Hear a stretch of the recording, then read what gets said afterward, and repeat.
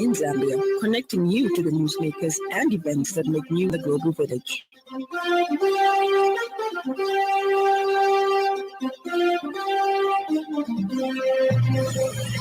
Good evening. This is the 5FM Radio Main News. The headlines.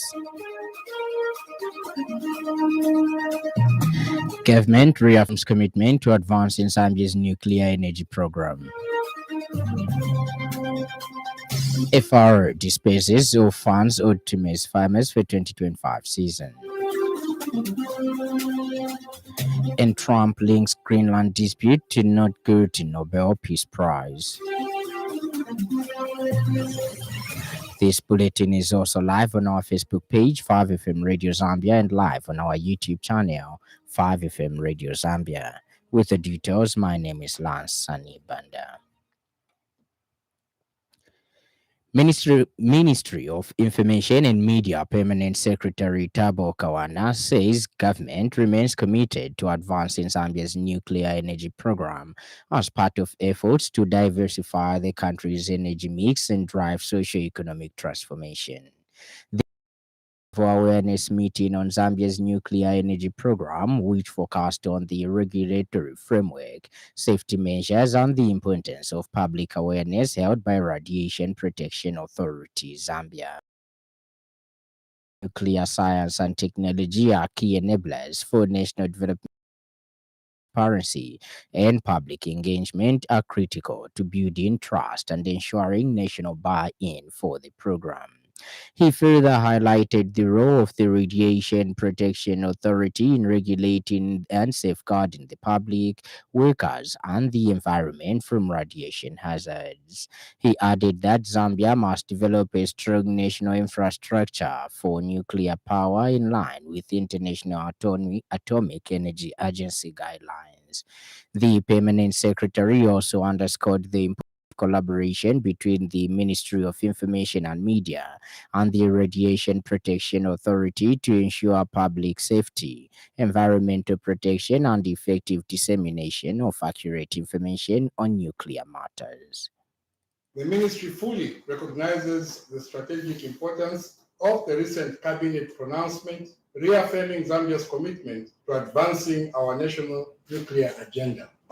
This commitment positions nuclear science and technology as a key enabler in our broader framework for energy diversification and socio-economic transformation. As an embarking country for a nuclear power program, we understand that developing a strong and coordinated national infrastructure is essential. The International Atomic Energy Agency outlines 19 critical infrastructure issues that must be addressed systematically throughout the consideration, preparation, and construction phases. A youth and governance activist, Mumba Tebulu, has expressed serious concern over the continued lack of a functional mortuary at Masaiti District Hospital, a situation he says is placing an unbearable burden on grieving families in the district. Mr. Tebulu noted that due to the non-functional mortuary, mourners are forced to transport bodies to Ndola, mainly to Kangonga Clinic and Ndola Teaching Hospital mortuaries. He further observed that this challenge persists despite government's effort to end load shedding and the Masaiti local authorities' procurement of backed solar power worth 5 million kwacha under the Constituency Development Fund CDF, a policy initiative introduced by President Hakainde Hichilema. According to Mr. Tebulu, the situation has resulted in increased funeral costs for residents as families are forced to send large sums of money on transport and other logistics associated with transferring bodies to Ndola. Mr. Tebulu emphasized that a functional mortuary is a basic and essential health service that should not be delayed, adding that the continued inaction reflects poorly on service delivery at the district level. He has since called on the Ministry of Health, the Masaiti Local Authority, and other relevant stakeholders to urgently intervene and ensure that the mortuary at Masaiti District Hospital is fully equipped and operational without further delay. there was also a procurement of backup power under the component of CDF amounting to 5 million to procure backup solar for the same hospital, especially that the mortuary needs the backup power. Pano chaboneka kuti kwa bakelele. Mwabona our people abantu besu bali kupenga kani tualofya kani tuaposwa tuli kupenga pachebo cha kutwala imibili kukang'onga na ku Ndola Teaching Hospital. So tulelomba ku bakulu ba Buteko, tulelomba kuntangisha mu district ukweba tubeikatana kuchani barudishe po bwangu pachebo cha hospital mortuary.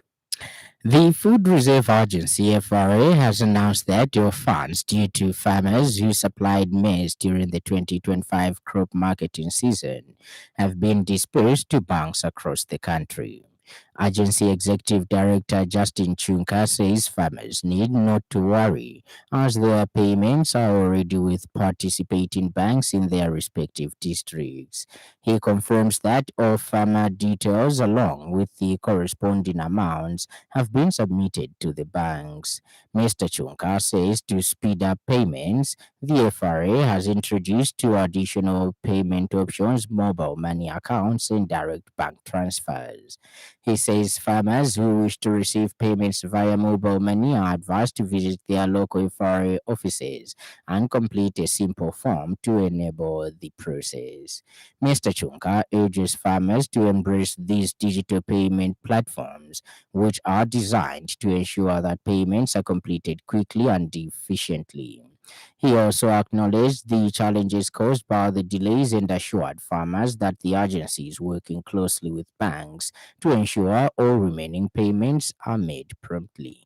In order to expedite payments, the agency, in addition to other over-the-counter payment options, has started paying farmers using two payment methods, namely mobile money accounts transfers and also direct bank transfers. Farmers wishing to be paid via mobile money platforms and bank transfers are advised to visit Food Reserve Agency offices in their areas and fill in a form for the process to be completed. The agency desires that all farmers should embrace the digital modes of payments, as such platforms enables farmer payments to be completed quickly. The agency understands how important timely payments are to the farmers and their operations, and it regrets the frustration this situation has caused. Negotiations between government and public service workers have been postponed for a third time, with talks now rescheduled from January 19, 2026 to January 30, 2026. Kanchibe, a member of parliament Sunday Chanda, has expressed concern over the repeated delays, saying the situation does not inspire confidence among public service workers who are already facing serious economic pressure. Mr. Chanda says the continued postponements are creating uncertainty, anxiety, and frustration for workers, many of whom live from month to month and depend on timely outcomes from the collective bargaining process. He notes that the delays are disrupting household planning, lowering morale across the public service, and eroding trust in negotiations that should be handled with seriousness and predictability. The Kanchibia lawmaker has urged government to show decisive leadership and bring the negotiations to a timely conclusion, warning that further delays could undermine industrial harmony and confidence in the process. Mr. Chanda says public service workers deserve clarity, certainty, and respect, and has called for an end to what he describes as rolling negotiation dates. And in other news trending this evening,